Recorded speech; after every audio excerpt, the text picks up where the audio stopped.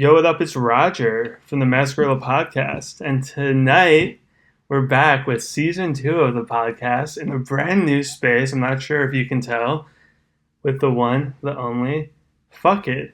What's good, man? Is that how you say your name, by the way? Fuck it. Is there like an accent on the U or it's just Nah, Fukkit? some people have been like, oh, I've seen one video. Dude's like, Fukkit. We're gonna check out this dude Fukkit. It's not Fukkit, it's fuck it. Straight up fuck it. Yeah. Straight up. Straight up. Yeah. So, I gotta ask, obviously the first question, where's the name come from? Yeah. What's up with so it? yeah, that's a big question I get all the time. So it's really funny. It's a funny story how I actually got that name. So when I first started rapping, I was like 16 years old. Like, it was super hobby. It was super like a hobby thing, not at all. I was never thinking I was going to be a fucking artist. So the first time I ever recorded a track, I was just freestyling a little bit, like, for like a while. And I ended up recording a track through a mutual friend who actually was a rapper that I had met, like, randomly, who actually is a good friend of mine now named Sabino. Like, anyone who knows me now knows who Sabino is because we've worked together and he's a friend of mine, a good friend of mine. So I met Sabino. He was a rapper. We ended up linking up at another mutual friend's house to record a song. And it's literally like my first song ever. I haven't even written anything. And I'm just going to go do a song just for fun. So me and a bunch of friends get like we just get super high. And just we get the MF Doom Meat Grinder beat, and classic. Yeah, my dude was like, "Oh, freestyle on this," and I got on it, and that was literally my first song. That was my first song. I freestyled on the song, and I just put that out as fuck it. But in the moment, it was like, "Oh, what's gonna be my name?" Like after we were done with the song, it was like, "Yo, what's gonna be my name?" Like, I have no idea. Like. I don't even know, like, because I wanted to upload it on SoundCloud. Mm-hmm. So I'm like, I don't even know what we're gonna call it. Like, what am I gonna be called? I have no idea. Like, I was thinking of a bunch of stuff, and it was like, nah, I don't like any of it. And I don't know how it was, but it just hit me later on after like 10 minutes of thinking. I was just like, fuck it. And yeah, and then my homeboy Brandon, he's like, yeah, man, fuck it. We'll just think about it another time. I'm like, nah, it's fuck it. Like, my name's gonna be Fuck It with 2 Ks. He's like, what? And I'm like, yeah. He's like, all right then, whatever, man. If that's what you say. And that's literally, I've stuck with it since then, since that first recording. So you were 16, and what year was that? Like, how old are you now? I'm 21 now. Okay. So I would say that was roughly 2014, yeah. Okay, so that's like kind of the start of SoundCloud rap, right? Yeah, roughly. Bones was doing his thing 2013, 2014. Right. Yeah. And where are you from? Miami, Florida. So so I always say anyone from South Florida is from Miami because my brain doesn't comprehend all the other places. Like, are you actually from Miami? Or are you from somewhere close to Miami? I mean, I'm from a place in Miami called Hialeah, which is super Cuban, super Hispanic. But all of Miami is super Hispanic, and it's also just a melting pot in general. But yeah, it's a part of Miami. It's like a town almost, so to speak, in Miami. Okay. And Miami has a bunch of like places that are all Miami. You got like Coral Gables, that's part of Miami. Hialeah, that's part of Miami. Like, Miami-Dade is vast. Right. But it's all, people just call it Miami. Right. Okay. Yeah. Okay. Yeah, because that's like the same thing as I live in LA now for like the past 5 years, and I still don't even understand. Like, you said you were somewhere today, and I was like, is that in LA? But it's like technically it's in LA, but you know. So, okay, so growing up in Miami, let's take it back before you're even rapping. What was life like growing up in school, high school? Well, school was elementary. My elementary years, like my first, what's it called? Begin, like, I don't know what the terms for it, but my first school years, I was like a super fucking student. Like, my mom raised me, like, I basically got like put into like this like a pre-K type thing, so where I learned how to like read earlier and like count earlier than usual. Oh, so wow. when I went into school, I was kind of like in like a gifted program, so to speak. So in first grade, I was already like kind of like advanced, and like in elementary school, I was just like I was I just got good grades because I was super focused on that. And I was just a kid. Like, that was my whole, I had no identity. My whole thing was just, you're a kid and you're supposed to do good in school. Right. And my mom had always done, had always been like on me to do good in school. So I just did. And like, that's how elementary school was. It wasn't until like middle school, a little bit more of that, which is notorious. I mean, which is natural. The more rebellious and like, Right, like you more hit like, fuck puberty, this you side figure thing. out what you're really all about. Yeah, middle school was like, middle school, high school, everything, but middle school was like kind of that change from like, I'm doing good in school to realizing like, I don't know how much I care about school anymore. But I still did well. So, Like, fairly well. so you mentioned your parents were on your case even as early as elementary school. Yeah. What were they doing at the time? Like, what were their jobs? What were they up Well, to? my mom actually, when I was like when I was like a toddler, she was in college Oh, wow. studying medicine to become a nurse. So she was doing that whole like nurse program and stuff. And my dad, I don't remember exactly where he was working like at that time, but when I was a kid, I remember he was working a long time for a manufacturing company. That's what he did. But my mom has been a nurse. I mean, she's not a nurse now. She's like a case manager for other nurses and stuff. But she's been like, that's what she did. She was a nurse and she went to school. When I was a jit, like, so I had my grandparents kind of like raise me a little bit, but at the same time, when she comes back, like, I'll see her mainly after, school and work and shit, but not for a majority of my life. That was just like, the first years growing up, like when I was like, probably like, maybe like 4 to like, I don't know, 7 or some shit. Or maybe, no, maybe younger. Sorry. I was like a toddler, like 2 or 3 to like 6. My mom was like in school and working at the same time. So she wasn't like super, super, involved with raising me like that, but she was definitely, I mean, not like she wasn't involved, she was in my life, but it was always like, that was her thing. She was doing like she was just focused on nursing and also, trying to get that because there was so much stuff. She had no money, it was hard, so it was like a lot of, she worked. The whole point is she worked and she eventually became a nurse, and that's what she did for a while, and she later on like became a case manager. That's what she does now still. So growing up, it was all right. I mean, I grew up with my grandparents, so it was like a blend of like being raised by your mom, your dad, and your grandparents at the same time, which is supernatural in Hispanic. I mean, in general, but especially Hispanic families. So, do you have any siblings or only child?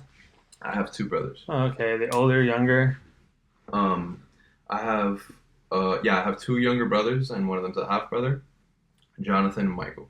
Yeah. Jonathan's like 14 years old, and he likes like drawing and gaming and shit. He's trying to be like a YouTuber and stuff. Like playing Fortnite. Yeah, Fortnite grind. That's what he's on. Oh yeah. Yeah, so that's everybody now. I know, right? This is the day and age for that. It's like, I feel like we were going through a strong moment of like every like 14, 16-year-old kid was making SoundCloud rap. Yeah. But now they're just playing Fortnite instead. Like, dude. Yeah, they switched over. Okay, so you started rapping when you were 16, but like before that, you're saying around middle school is when you maybe start to find yourself like anyone else. High school, what were you into? Were you listening to music? Were you skating? Were you playing sports? What was happening? So middle school to high school was when I was kind of shaping the person I was going to become. Middle school, I was getting into the music I even listen to now, and some of my, like, the favorite stuff I have now. Like, so I started off early. So what first introduced me to like a lot of music was not just like surfing on the internet or anything. I had a stepbrother. Well, not that I had a stepbrother. I have a stepbrother. And at the time, he had like a little MP3, or like he had iTunes or something, and I had got like an MP3 for Christmas. I was like a young kid, like 13 or something, and I got an MP3 for Christmas. I was like, yo, I finally have a chance to just listen to whatever music I want. And I wasn't really listening to that much music to begin with at the time. So at the time, so I was like, let me get put on, so to speak. So I was like, oh, Danny, who's my stepbrother, I'm like, Danny, just download a bunch of your music onto my MP3. And he downloaded, bro, Chevelle, A Perfect Circle, Tool, Yes. fucking, bro, so much music, just so much stuff that I still listen to even now.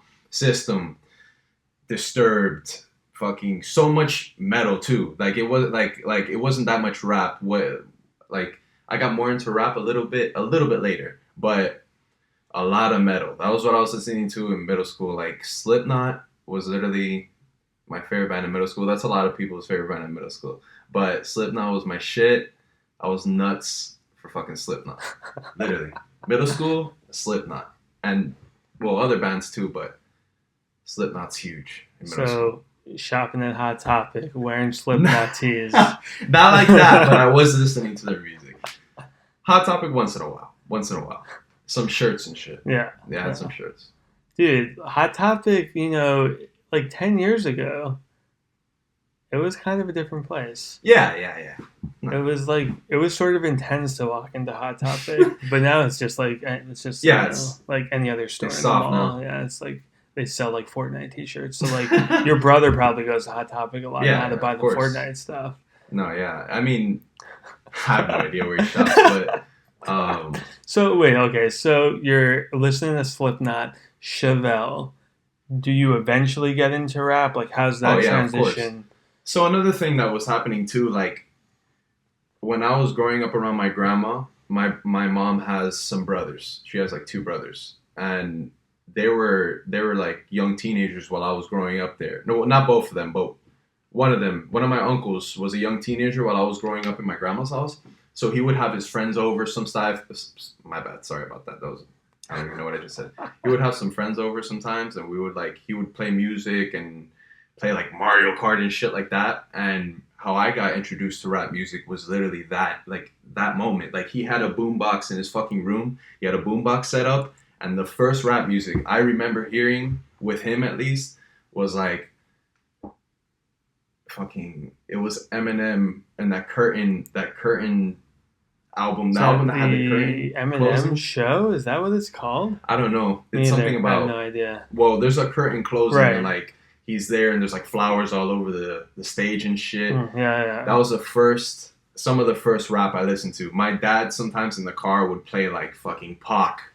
Literally, my dad's a huge Pac fan, so he would play a lot of Pac when I was. We just got confirmation that was called the Eminem Show. It was? Okay, all right. So that was called the Eminem Show. Yeah. So, I mean, you got any Miami, like, Trick Daddy? Like, you got anything? Honestly, not really. I wasn't super I wasn't super into Miami music. I was more so into just, like, I did dive into a little bit of Miami music in my later years, but it was, I don't know, I never really was like, I was never super interested in like some of like the old Trick Daddy and some of like, just like a lot of the stuff that came from Miami. I mean, I was more so influenced by just whatever I was hearing at the time that was like whoever, like a lot of mainstream artists, like, right. Eminem, Pac, fucking, who else was I listening to at that time? Earlier on, like a little bit after M and all those people, when I was finally getting into rap music, I was listening to a lot of Odd Future, a lot of just like underground too. I stemmed like pretty far from, I guess, maybe diving into that Miami culture. I was just never really super, super interested in the music side that much. Yeah. No, well, I mean, that like makes sense for a young kid who finds their music on the internet. But I just figured if like your uncles are showing you music, they would maybe be slipping in. Oh, yeah. No, but I'm not sure. All I remember for sure was that Eminem show. The Eminem show was CD. On repeat. Yeah, and I remember when I was a kid. Smash Bros. And Mario Kart. Yeah, literally. When I was a kid, I remember seeing the back of that album cover, and the front of the album cover, there's a bunch of roses, and he's on a stage, and it looks like, they're giving him an encore or something, and or like the show's over or something, right? And the curtain's closing. The back side of the album cover, it shows the back. And like the backside of him, and he's holding a fucking pistol behind his back. Oh, right. Yeah, and I was a little kid. I remember going up to my mom going, like talking about the music, like, oh, I was listening to music with my uncle, and I saw I told her what I saw on the cover. She's like, I don't want you listening to that anymore. Yeah, you were never hanging out with your uncles again, actually? Yeah, literally. Your band? So, high school, are you a cool kid? Do you have friends? You playing sports? Or what was the vibe like? Oh yeah. So let's go a little bit back. So Okay. from elementary to middle school, since I was kind of like in that gifted honors program type of thing, I got paired up with a lot of the same people that I went to school with since I was an elementary school kid. So from elementary to middle school, I knew people in 8th grade. I knew people that I had known since 1st grade. Like some people. I mean, I met Brandon in 6th grade in middle school, and like we've been like best friends ever since. But from elementary school to middle school, I was with the same group of students. Then I went to a high school. Nobody went there. Wow. None of them, no one I knew went there. So I was like completely alone in high school. I was definitely not a cool kid or very super known, but I hung around with the skaters. Yeah. That's what I was doing at the time. Yeah, I was skateboarding too around that time as well. So I hung around with the skaters. As soon as I remember freshman year hanging out with some senior kids, but once they left, I started hanging out with some skaters, and those were my boys from then until the end of high school. Hell yeah. Literally, yeah. Listening to Slayer. Listening to fucking everything. We were listening to a lot of underground music in high school, bro. So much. So like Raider when you say much. Like underground, what we both know as underground, it's like underground SoundCloud stuff. Yeah, like so like you got into Raider Clan when you were like 15. Yeah, 14, probably 15. Freshman year of high school.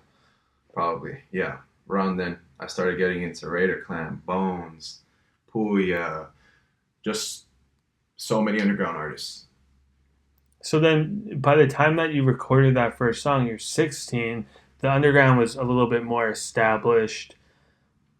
I mean, what year was that again? 2014, you said? Yeah. Yeah, I mean, like, it was, like, really taking shape. Yeah. So was that an inspiration for you to start making music as well? Definitely.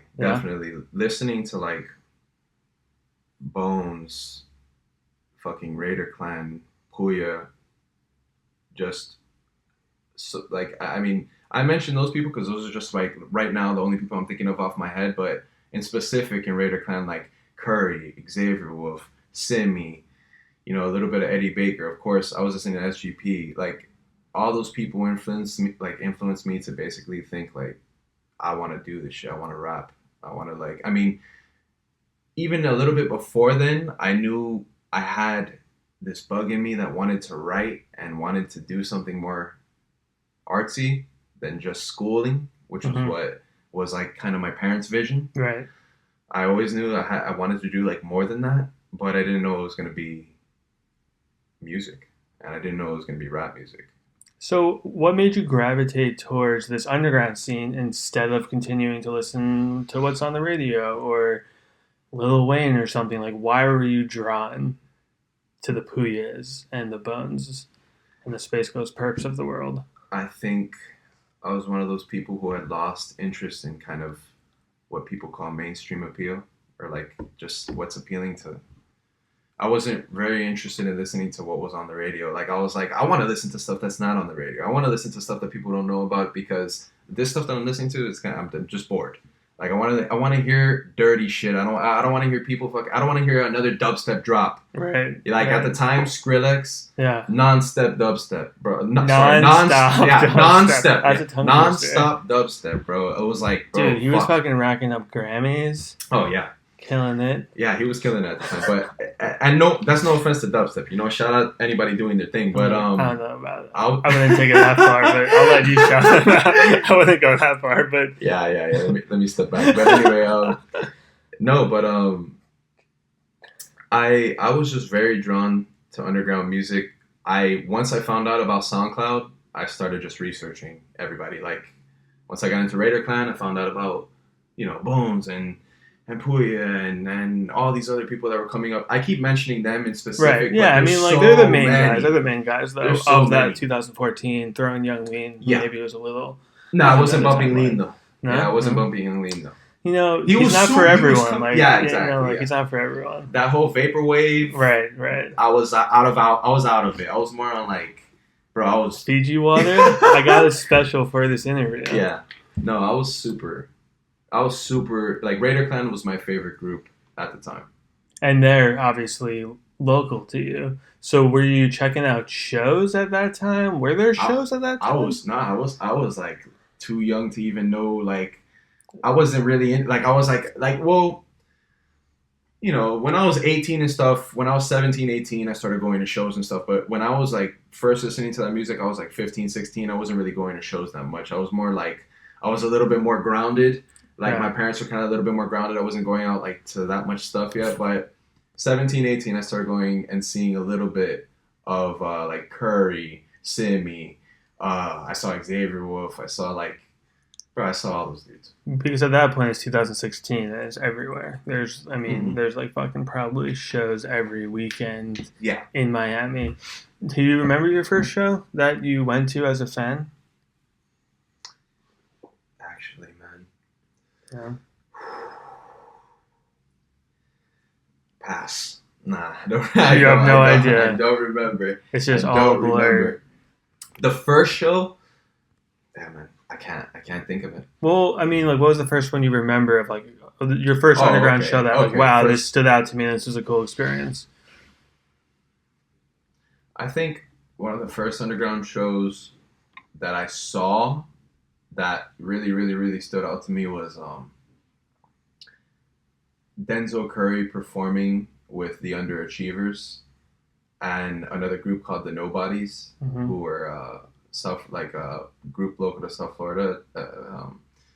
I saw them all perform at some small, like, relatively small venue when Denzel Curry was just coming up. And I remember thinking to myself, like, yo, one day, like, this is what I want to do. I remember I went with my friends and shit. We were all just there, like just kind of like in awe at the fact because we were big Curry fans and we were getting into the Underachievers at the time because they were coming up too. We were into Flatbush Zombies too. We were into that wave too, kind of like the whole It was like almost like a trippy rap wave. Yeah. That too, but so yeah, I saw Curry, the Underachievers, and the Nobodies. That was probably 2015, maybe early 2015. Yeah. Yeah. It was super, super early. And you're still recording music. You're putting it on SoundCloud. Well, 2015, it was just probably like maybe my first year in, because it wasn't like from the beginning of 2014 to 2015, but like roughly I started in 2014, 2015 was like the very beginning year of my career. And I was rapping at the time, but just, like extremely extreme. I was learning the ropes, like amateur level. I'm not even, the music back then is not even, obviously it's not even comparable. I mean, but that was just me literally learning how the programs work, learning how microphones work, and how not to have latency. Literally just learning to write. I hadn't even learned about the actual music side. Like, I need a good mic. I need to actually engineer my music. I didn't even know about any of that, and I was just rapping already, just because it was a hobby that, like, once I had found it, like, skateboarding was that before, and music kind of overtook that. Like, it went from skateboarding being like what I thought was going to be my passion or what I might do, like, even now, but it turned to music. And once that became like my hobby and my thing, I went crazy with it. But like, I wasn't super knowledgeable in the technical area because I was still just a kid. I was ignorant. I was like, I don't know about the technical aspects of music yet, So, through trial and error, and just, experience and progress. That's why I learned about, everything that I know now, how to write, how to make a song, learning programs and learning how to work some of the programs, and, recording myself. That's another thing too. Like, I record myself at our own little studio. No engineer. I've never worked with like a recording engineer ever. Wow. Like, by myself. Well, sorry, in person. Like I send my stuff over the internet to get engineered and stuff like that. Right, But right, right. in person, I have no producer, no engineer. It's just me, and I click record and go. So that's basically how I've done it. So when you're uploading these songs in 2015, 2016, are you growing a fan base? What's happening? The reception. So what had happened at the time? So when I first, so this is also kind of like a separate story. There's an artist named Solomon the God, Mm-hmm. and I was following Solomon the God and listening to some of his music at the beginning of my career, and we were friends on Facebook, and I would hit him up and be like, "Yo, like I think I'm trying to be a rapper and shit too. Like, would you check out some of these lines I wrote and shit like that?" Because I already knew he was already doing his thing, and I liked his music, so I was like, "Oh, check out my stuff, whatever." And he would send me some of his stuff too on Facebook. So I sent him some lyrics. He's like, "Oh, this is pretty cool. Like, when you start rapping and shit, let me know." Blah blah blah. So when I did start rapping, which was then, I let him know, and basically we ended up like within a short time, I ended up basically being asked to be a part of his group, which at the time it was called like Akatsuki, and it's a group that now like nobody knows really about that group, but that's the group. Like I was in that group with Wi-Fi's funeral. Oh, wow. Yeah, I was in that group with Wi-Fi's funeral, Max P, which I don't know, you know, who else? Solomon the God. That Solomon the God worked with, like what's his name? Corbin now. But at the time he was Spooky Black. Oh, Yeah. interesting. Yeah. Yeah. So yeah, at that time he had asked me to be a part of the group, and like at the time Wi-Fi and them they weren't in the group. I was one of the first members of the group, but basically he had asked me to be a part of that group, and it was like within my first year of rapping, and that helped with the reception. It wasn't, it wasn't like amazing. I wasn't just like blown up right off the bat, Right. obviously, but it was definitely pretty good for someone just starting off. Like I remember my first song hitting 1,000 plays Oh, wow. in like maybe like I don't know a couple days or something because my first song I think was reposted by him or something on SoundCloud, Yeah. Solomon, and he had he was backing me. We were in a group, and it had pretty decent reception because that's like my first official song. Well, like official in the sense of like written and stuff. Like I had Right. freestyled the Meat Grinder song, but that was just a freestyle. That was like when I was like actually getting really into like putting out serious stuff. That's when I was like finally had learned how to write and organize my thoughts into rap, so to speak, or like learning how to do that. I was still learning how to do that, not at a high level, of course. So what happens after that? It's your first taste of being in a group, and your songs are getting some plays, you're racking up some followers. What's the next step in this path? So eventually, as I'm racking up followers and stuff with that group, eventually that group gets like disbanded, and I become like a solo artist for a good while. I'm not exactly sure how long, but it was at least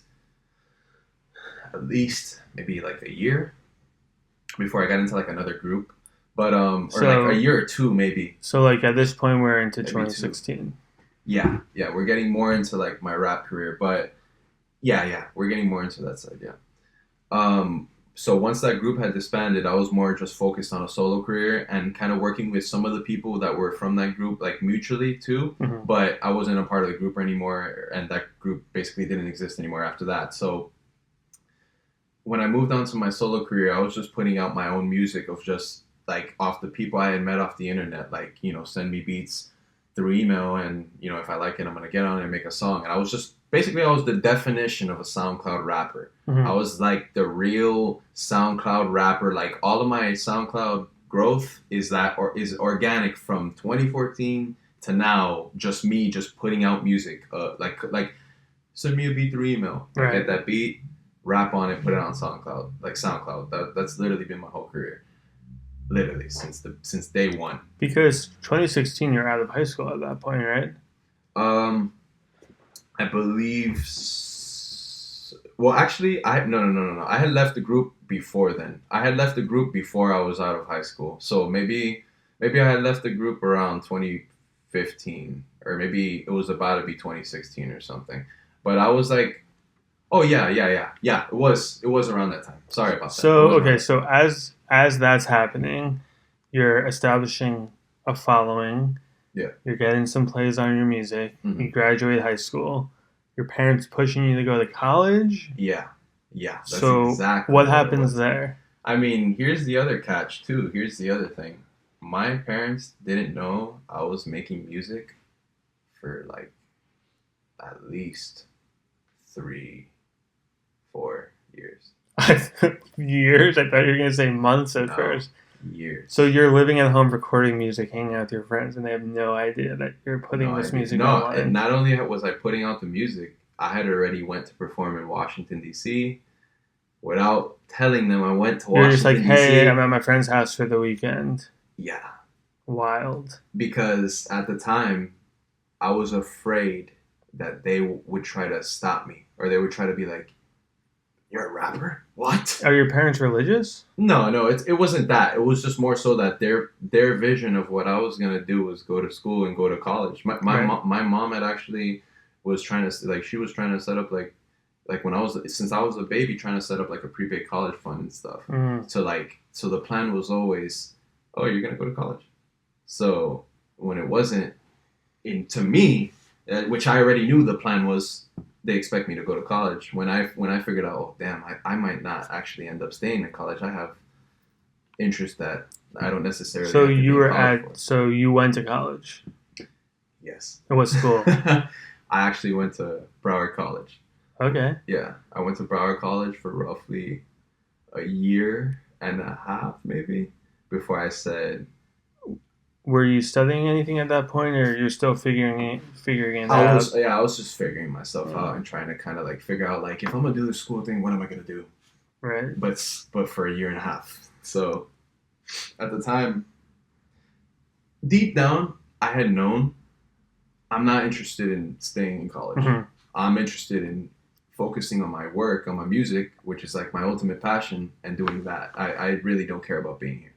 But I tried my hardest to basically, I guess, do both for them, you know? Yeah. So that was like, that was a long time, which it was partially kind of a waste, but at the same time, I took a lot of shit from college that, like experiences from college that now that I think back on them, I'm like, damn, that was actually kind of cool that happened. And I'm glad that kind of taught me a little bit of something, you know? So, like, what kind of experiences are we talking about here? Well, I took some, like, failing a fucking college class. One of my classes I failed.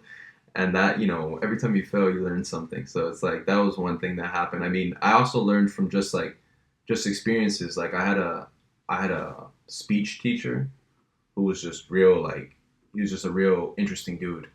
And, like, I remember, like, also, like, my first semester in college, I took ethics. I loved ethics. I don't know why. I got an A in ethics. I didn't study, I didn't read, I didn't do anything, but I got an A in ethics because I loved it. Like, every time we were there and he was talking, like, the professor was talking about it, whatever, I was focused. I don't know why I was so focused on ethics. I don't know. Whole point was, there was just some classes that were, like, they're memorable and enjoyable because the experiences I had, just like, there's unique experiences. So yeah, even though I didn't really get the education from it, and like I didn't necessarily do a bunch with it, and it was a waste of a little bit of money, it was still an experience that I appreciate, and I kind of think like, well, that was kind of good that I got to see that, and like I could now that I know what college is, I'm like, bro, if I want to go to college, I'll go back whenever I want. Yeah. Like I know what it is, I'll be fine. So like we're kind of crisscrossing here in between your music, your personal sorry life. About that. No, that's just how we do it. So 2016, the underground is established. Mascarilla has a whole damn concert series in LA. Miami is the hub, though. Oh, yeah. Like 2016, things are blowing up. Oh yeah. So you eventually joined Members Only, is that right? Yes, sir. So how did that happen? When was that? Like, what time period was that? Because it's all a blur. Right. So that was roughly, I would say, 2016. I would say definitely 2016. Yeah, 2016, 2017. Basically, I had no idea, like, who X was, Members Only was. none of that was what it was when I was approached to join members only at the time. So what like was it at the time? All it was just members only, just a title, but no, obviously everything we know now. Obviously, Right. it was just. Let me put it to you this way: at the time when so how I even heard of X was on Twitter. He had heard my music. I had came out with a project called Miami Hot Boy, and some people, it responded like it did pretty well, and it didn't blow up or anything, but it did pretty well. He had hit me up later on after me releasing that project and was like, "Yo, I've heard your music. I fuck with it." And when he had hit me up at the time, I didn't even really like. He was not like known. He wasn't even like making a lot of music at this time. Like I didn't know who he was. Is it pre Look at Me? Is it like pre Yes, way that no, like no, stint in jail when Look at Me was on his? Oh, okay. Way okay. before. Like I'm talking about the beginning of X's career. It's roughly. So it's just wild because everything happens so fast. It like that whole period was almost within a year.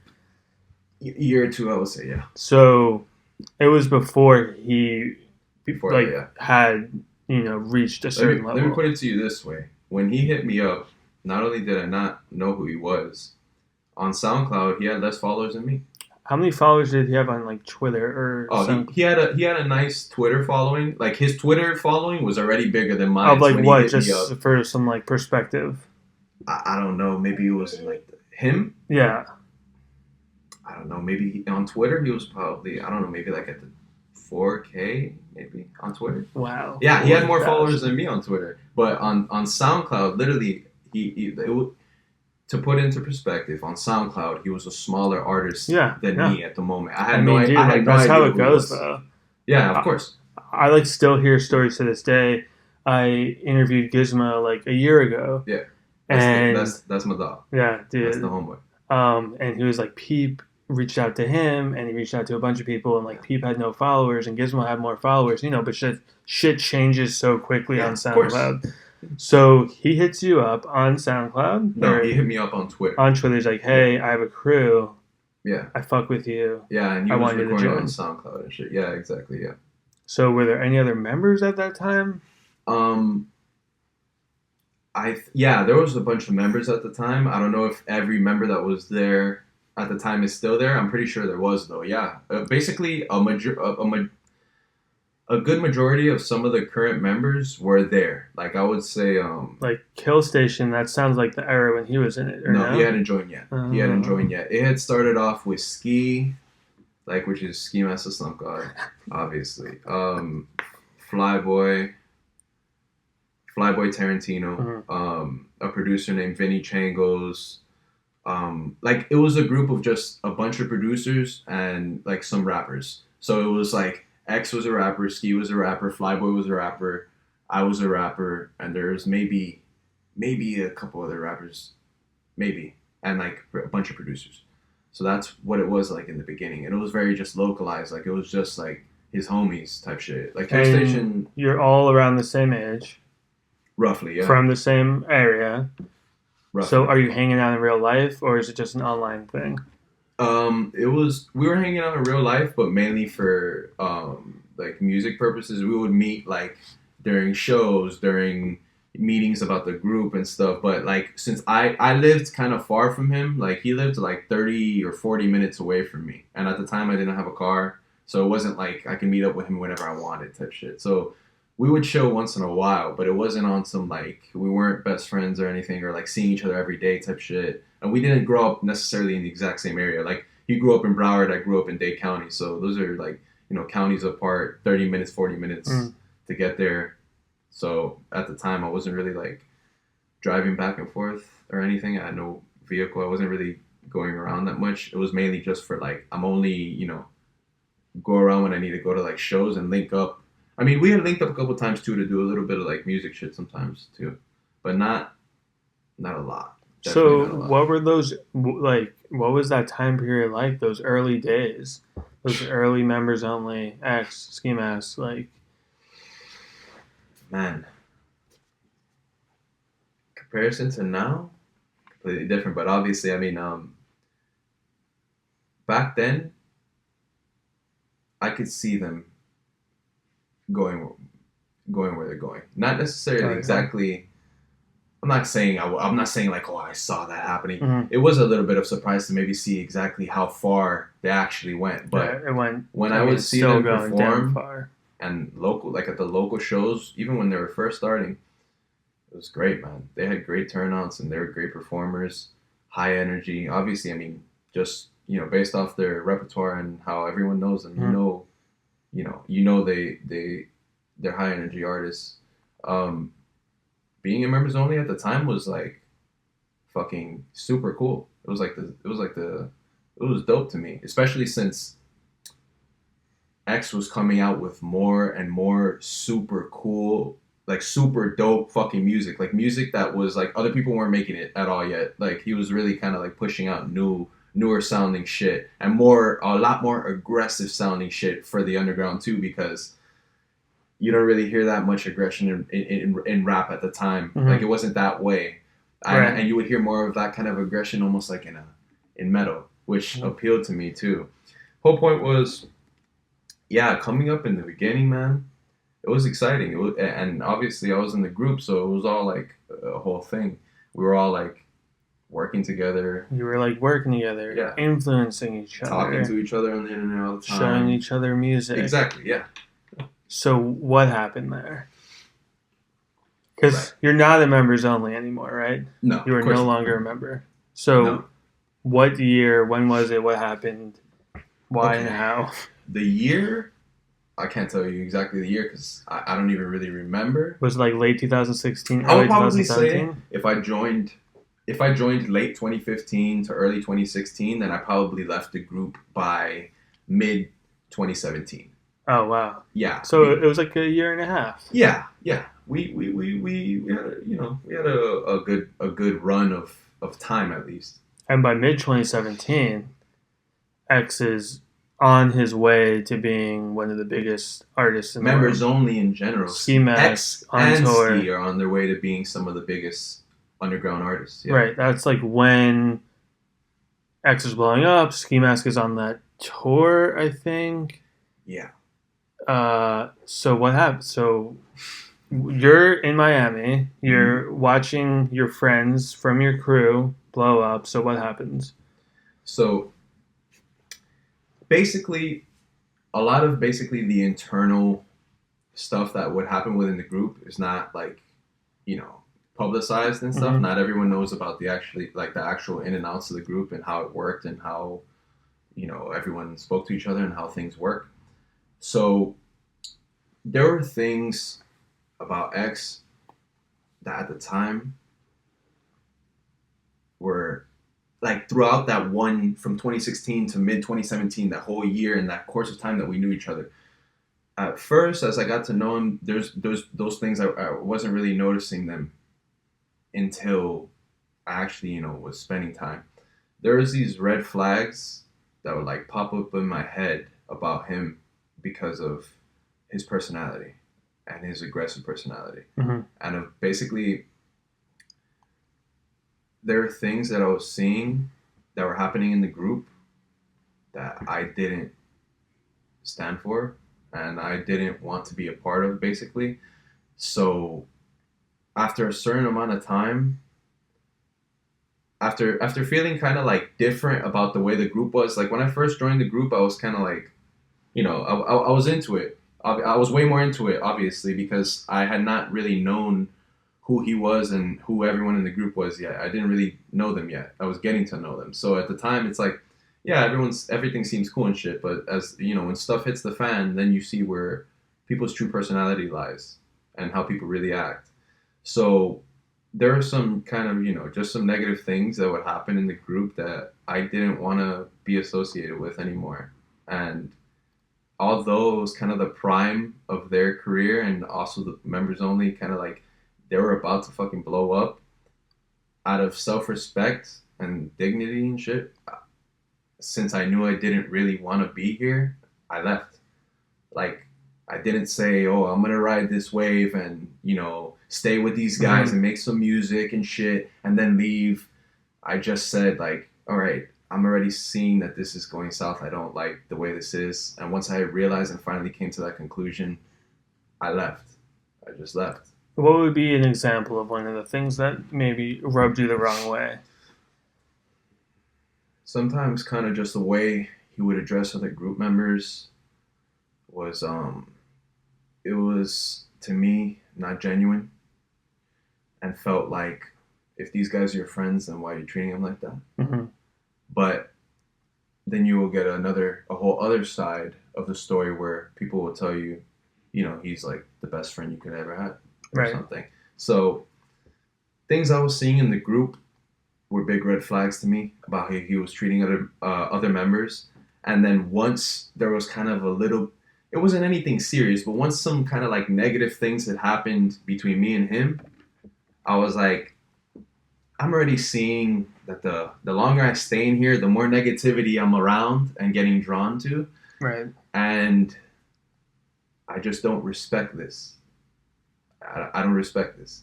And I felt like by being in there, I was like not being myself, not being authentic. Like I'm not respecting myself if I'm gonna stay in this group with a person that I don't feel is someone I should be around. So when you left the crew, how did you do it? Did you send someone a text? Did you FaceTime someone? So there was a group. There was like a group chat for all of members only, and basically I head up the group chat and I was like, "Look, man, it's nice to know all you guys. Like it's been really cool, the experiences and everything. Like I appreciate all y'all, but I'm gonna leave the group and kind of just do my own thing from now on. Like I don't got any bad feelings or nothing. Like I fuck with all y'all, but I'm gonna do my own thing." And X didn't fuck with that.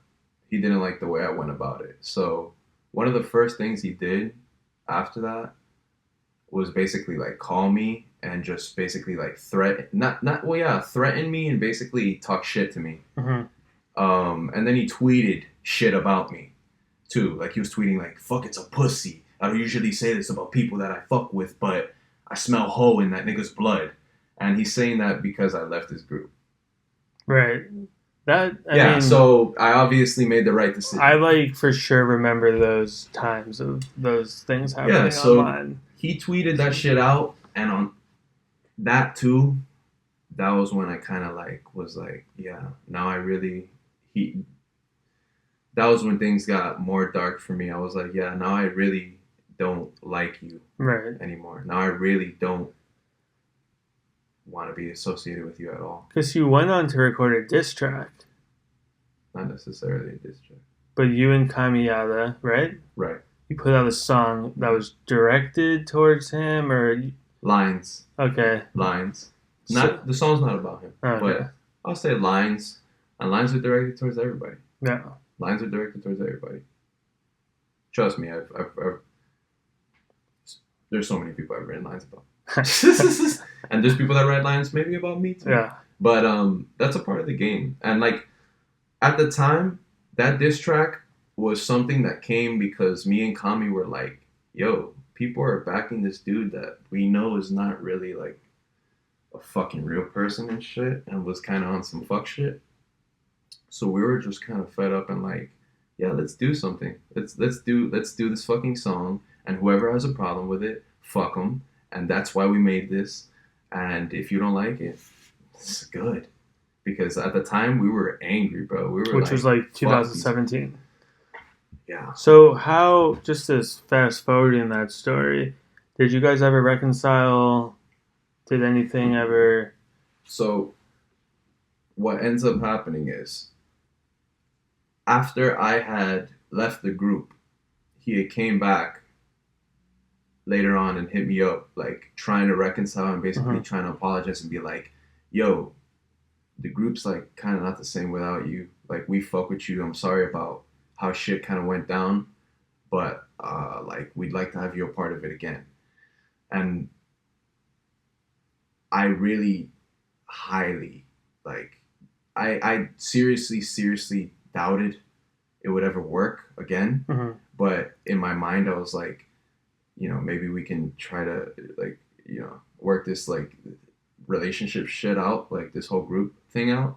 So when we came, like I came back to the group for like a short period of time again, but it was a short period of time before I left again because it was like there was a lack of respect. There was a lack of consideration on some people's parts, and we, me mainly, but a lot of other people too probably got tired of it eventually. Mm-hmm. You know. Yeah. Right, because so for some context, you weren't the only person to leave the group. A handful of other people left. Yeah. People had falling outs Mm-hmm. with him. This wasn't a unique experience to you. It was kind of just for anyone who's an underground fan. Obviously, they controversial guy. Yeah, like they know that at the time it was there was a lot going on. So you left again. You never really hashed it out. No. You just never had the chance to. After we had left the group the second time, X's career took off. Right. And there was always kind of like this ongoing beef between like my people and members only, mm-hmm. which was like, I mean, it wasn't really under the table, but it was kind of like, it's not super known because I wasn't super known. Mm-hmm. So they weren't like, no one was really talking about it that much because nobody really knew who I was. If it was now, maybe more people would be talking shit about it, obviously. Right. But the whole point was, at the time, sorry, I just lost my train of thought. What was the question again? Sorry about that.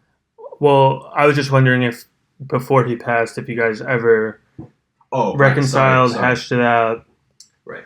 So, like, basically, we never really reconciled. There was an instance in which X from jail actually, like when X so X blew up, mm-hmm. all this shit happened, mm-hmm. like look at me, went fucking, crazy, right. everything, he blew up. Whole point is he ends up going to jail. When he ends up going to jail, he sent someone that was in the group to message us, like, to basically tell us, like, yo, X is in jail, but he's trying to, like, let you and Brando know, or, like, you and fucking know, because he had hit up my homie Brandon, mm-hmm. like, who is, he's another, like, anyone that knows me knows him. Big mutual friend. So, he hit him up, who he was also a part of Members Only, but he wasn't really, like, an artist at the time. At the time, he wasn't an artist. Now he makes music, but at the time, he wasn't an artist. So he wasn't like, he was just in the group more so because we were like friends and everyone was in the group, but he wasn't really doing like much on the art side. Mm-hmm. So the whole point is, X had sent someone while he was in jail to message us, like one of the members, to let us know like that, he was like sorry about everything that happened, and that if we can somehow like reconcile, or if there was anything that he could do to help us in our career and shit, like he would just say the word type shit. So he was basically coming back to us trying to say like, yo, like, let's be cool type shit, like what whatever you guys want, like, well, not whatever you guys want, but like, I'm trying to help you guys' career type shit. If you guys need some help, like, I got you. So he did kind of try to reach out and talk to us and kind of be almost friends again, but we like didn't buy into it. Basically, like, we felt like there's this kind of been like this ongoing charade of like, you're gonna either like us and then diss us, or you're gonna like pretend to like us to get something and then diss us once we dip, or I don't know. There was always this paranoia because of everything that had happened. Right. So it was like, nah, like, fuck that. We're not reconciling. Like, we didn't respond, and that was it. That was the last time that we ever heard of X trying to reach us. Do you have any regrets of how that all unfolded towards the end? Do you wish it could have went another way? I definitely wish, things didn't necessarily play out the way, things didn't play out the way they did, not necessarily for me, myself, and members only. Like, I feel I made the right decision with the group and my career, but I regret that things, ended the way that they did because dude was talented, young, and he had so much more shit going for him. And the way that got taken away shouldn't happen to anyone. And I didn't like him, but I could say that myself. Anyone can say that. It was horrible what they did. And that's it. It was horrible. I mean, I don't even know how to transition from that. Probably the heaviest thing we can possibly talk about. Yeah. But to take it a little bit back, so you leave members only. It's 2017. Flashbang and 30 were released around that time, right? Yeah. So Flashbang had came out like a while after I had left the group. But I think actually Flashbang had came out maybe... I think Flashbang may have came out... Yeah, it may have came out late 2017, maybe. Oh, okay. I don't remember the exact dates, but I had left the group like a while before Flashbang. So that was done a while after. But yeah, so I go on to make Scratch Paper, which is like the EP where Flashbang is from. So you take a risk, you leave a group that has multiple rappers, their profile is rising. You go at it on your own, you release Scratch Paper, and then there's 2 songs that are going viral. Did that happen right away? Was it a slow build? How'd that happen? Well, it definitely didn't happen right away. It was a little bit of a slow build, but the general reaction, like the response from just dropping Scratch Paper was well received. Like, and I was happy with the project. Like, it was only 6 songs, and it was quick, but it was like just like this high octane. It was like my most proud fucking work at the time. Like, I was like so happy with it, although I had just done 6 songs. But it was like, I knew from the beginning, I just want to make a short project that's just a bunch of hitters, just a bunch of really fucking good songs. And what ended up being some of those songs were like, obviously you got Flashbang, and the other 2 I would say are like maybe Mincemeat and maybe I forget the other. Oh, Fly on the Wall. I think Fly on the Wall right now is like 700K. Flashbang's at like fucking 3.9 mil, like 3.8 mil. I don't know. So it took roughly millions and millions of plays. Oh yeah. Which those songs were the first time that you experienced that. Oh yeah. Well, the first song that I experienced a million plays was 30. Right. That 30 became a fucking viral sensation. So, like, how does that happen? I don't know. You're still recording in the same way. Are you living at home still at this point? Yep. You're living at home, still recording yourself, but just for some reason, this song, I mean, it's obviously a good song, and it's a banger, and it's supposed to go viral, but did you do anything different? Did you put it somewhere? Was it in a video? This is a true story right here. Let me point something out about Flashbang. This is a true story. I made Scratch Paper in the order that it plays. So the first song is Yeah. The second song is some other. So sorry. I'm so sorry about that. I made Scratch Paper in the order that I made the songs. So the track listing is the order that you recorded the songs, and Flashbang is last. Precisely. It's 6? It's 6. So I had already recorded all of Scratch Paper before, and I was waiting on the Flashbang beat. It wasn't Flashbang at the time. It wasn't conceived yet. It was just I was waiting on a beat from Dutch, who produced, which, by the way, shout out Dutchman. He's in the Midnight Society. Shout out Midnight Society. Shout out Dutchman.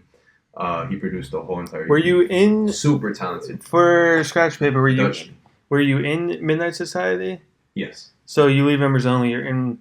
I eventually ended up joining Midnight Society later on. So Midnight Society. At that point, Kamiyada, Black Sand.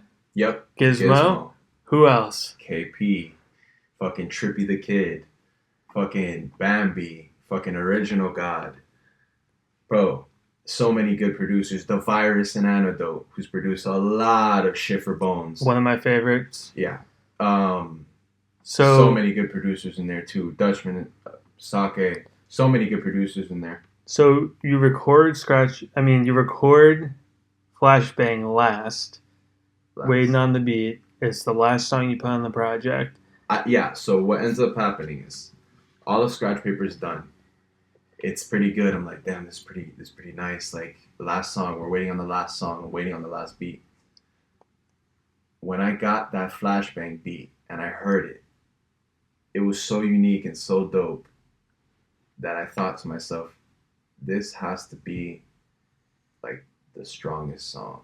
This has to be like the hardest song. And I remember telling Brandon, this is a true story. I'm like, I played him the beat, no lyrics, nothing. Nothing was done. I just played him the beat.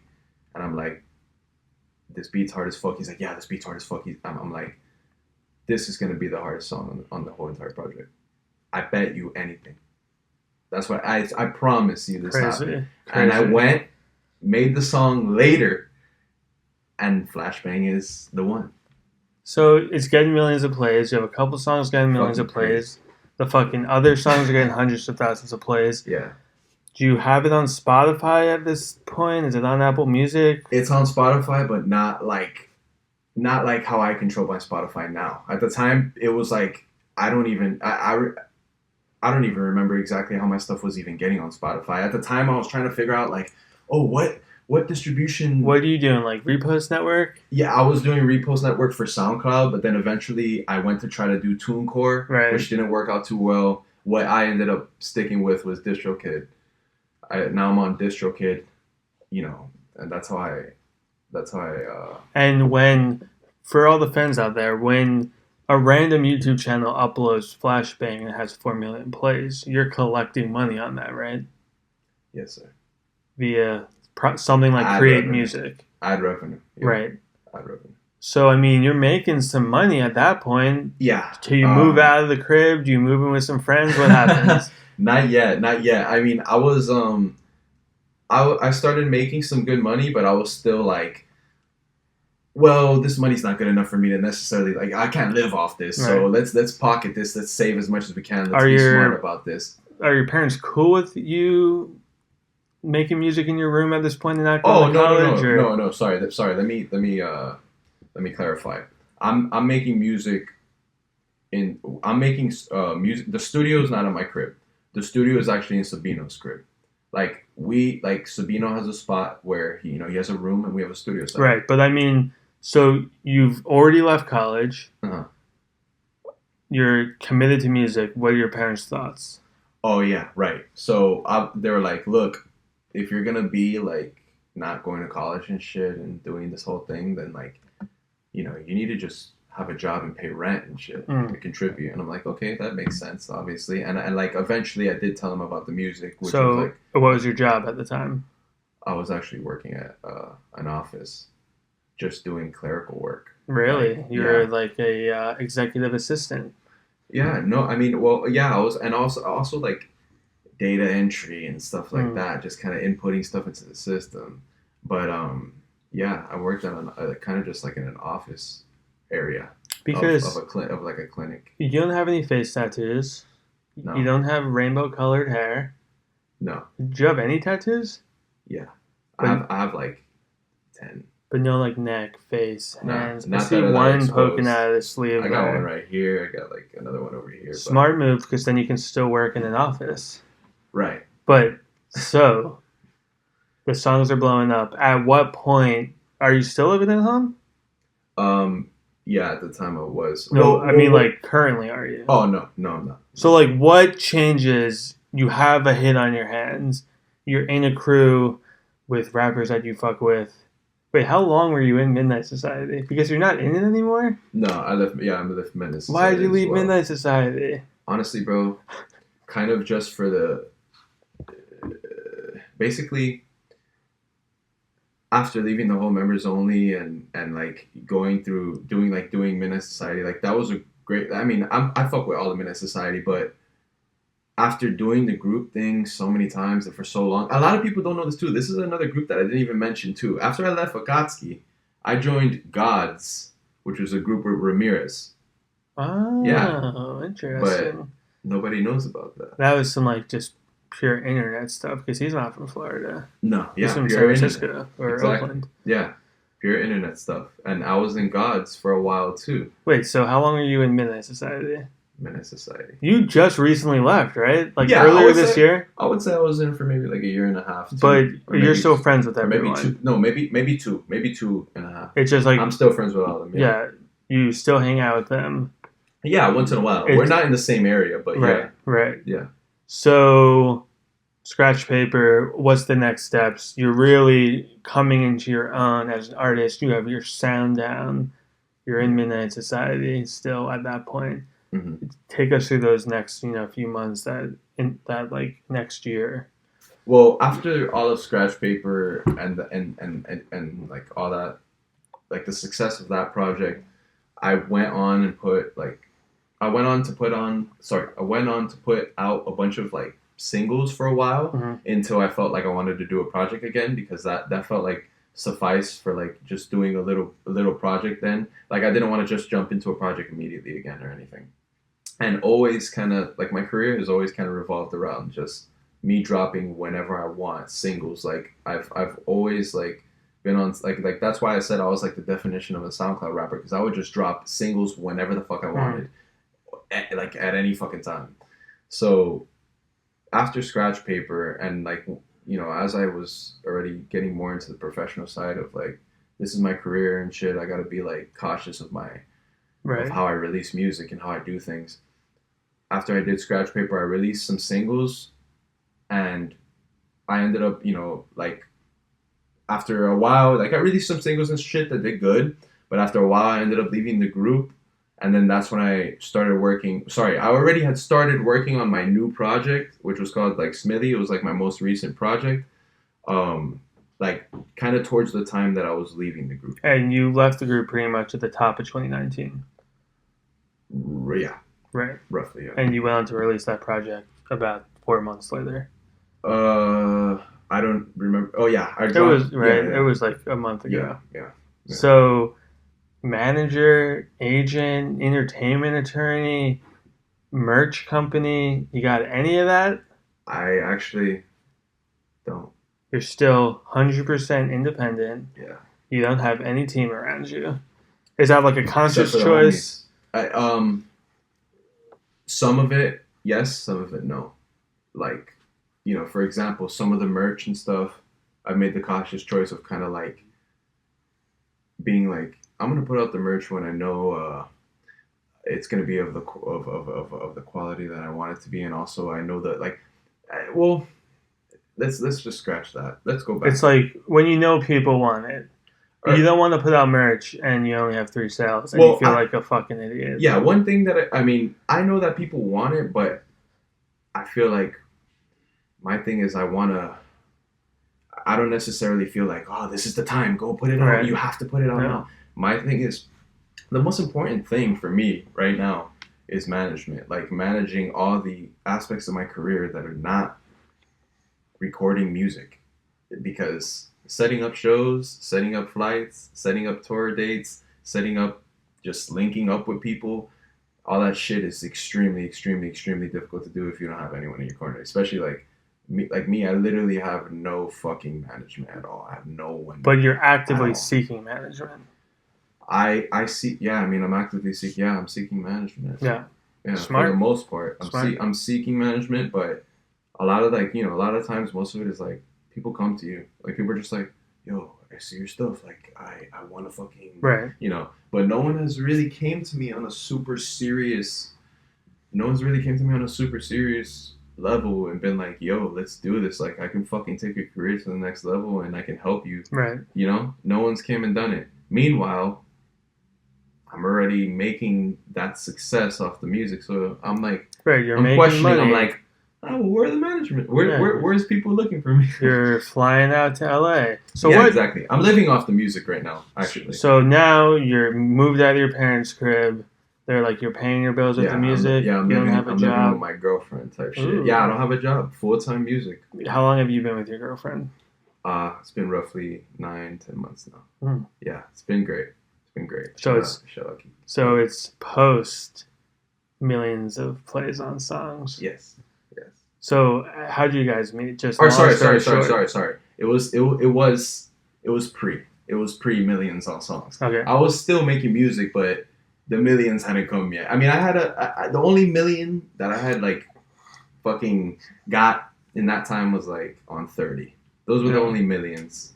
But that song, I wasn't even proud of it after a certain while. Like, I was like, dude, I'm so much better than this. Like, Right. why is this still the only thing that people want to pay attention to?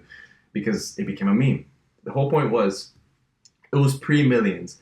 But how we met was actually like, she went to a show of mine, and she wasn't even going to go there. And she's like, one of her friends was like, nah, let's check it out. And I was Were you headlining? I was one of the headliners. So like, who else was on the bill? Well, it was like some local artists, but like some of the artists that were on the bill were Stokely Carmichael, Nate Day. They're like Jacksonville artists. Who else was on that bill that I remember? But so, needless to say, you killed the show. Oh yeah. That show was fucking crazy. She was like, "Who's this guy?" Yeah, basically, I guess. Oh, sorry about that. So you're in LA right now. You're on the Mascarilla podcast. How long are you here for? What are you up to? You said you were in Van Nuys. What the hell is happening in Van Nuys? Why were you there? Well, actually, I was in Van Nuys because that's where Midnight is actually at. Like, right. they stay out there right now. But I was with them, chilling with them. You know, I'm gonna be here till Thursday. So I'm just honestly, part of this is like, I came to obviously link up with you, but it's also, while it's a bunch of music stuff, it's also like a vacation. Every time I come to LA, I'm on vacation. It's just fucking good dope. It's legal. Like in Miami, it's like you can get good weed, but it's very, very hard. And not only that, it's not legal. So you can't just smoke it out in the open. Right. Here you can do fucking, it's so awesome, man. It just feels like a vacation here in comparison. I mean, Miami's great too. Don't get me wrong. But the weather here and just like the geography, the way it looks, it's different. That feels like I'm on a vacation. I don't know. Vacation from the other vacation. Yeah, right? It's like two pretty luxurious places. Yeah.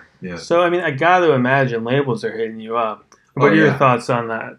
Yeah, I'm meeting with a couple labels this week. Yeah. Just chat. We're just chatting. The labels are trying to like flirt, chat. I'm like, we could talk, but you know, there's no pen to nothing yet. Right. As far as anyone's concerned, I'm independent. Well, first and foremost, whenever that time comes, let me know. I will link you with a great entertainment attorney. All right. You're not signing anything without a lawyer. I got you. Thank you. So what's the rest of 2019 looking like for you? Oh man, dude, non-stop music and just trying to do pretty much trying to cover all the ground that I kind of missed when I wasn't taking my music as seriously as I am now. Like, it wasn't my professional career when I was first coming up. Like, one thing I haven't mentioned is like, when I was coming up, when I was first doing music as a kid, like 16, 17, 18 years old, like, it was a hobby. It wasn't like, oh, I'm going to do this professionally. Mm-hmm. But once it got to that point where once I was like 18, I had already done it like 2 years. I'm like, yeah, this is getting more serious. This is getting more of like where this has to be my career. So I dropped the ball on a lot of things that you would typically do as an artist because I was just like fucking around. I was just a teenager fucking around. So like, I didn't put out too much videos. That's like one thing that everyone points out. Like, I have almost no videos. Right. So one thing I'm working on is making a shit ton of videos, making a shit ton of just new music, new videos, new concepts, trying to come out with merch, trying to come out with fucking link up with new show opportunities, new business people, everything. I'm just trying to expand as much as I possibly can, while maintaining what I've always deemed to be like the most important, which is like maintaining the artistry, maintaining the independence, maintaining like the ability to still be authentic and not be like, oh, I'm just a fucking gimmick, but I'm happy this way. Although this is not really me, that's a big majority of a lot of these artists, but people won't like admit that. I say it very like confidently because I know And like that's the opposite of me. I'm not here to be a gimmick or like I don't care so much about being a superstar. I wanna I wanna do I wanna do my music as long as I can and be as successful as I possibly can without losing myself and just being a fucking scumbag, basically. Yes, dude. Let's just wrap it there. Thank you for coming by, man. I appreciate it. Thank you.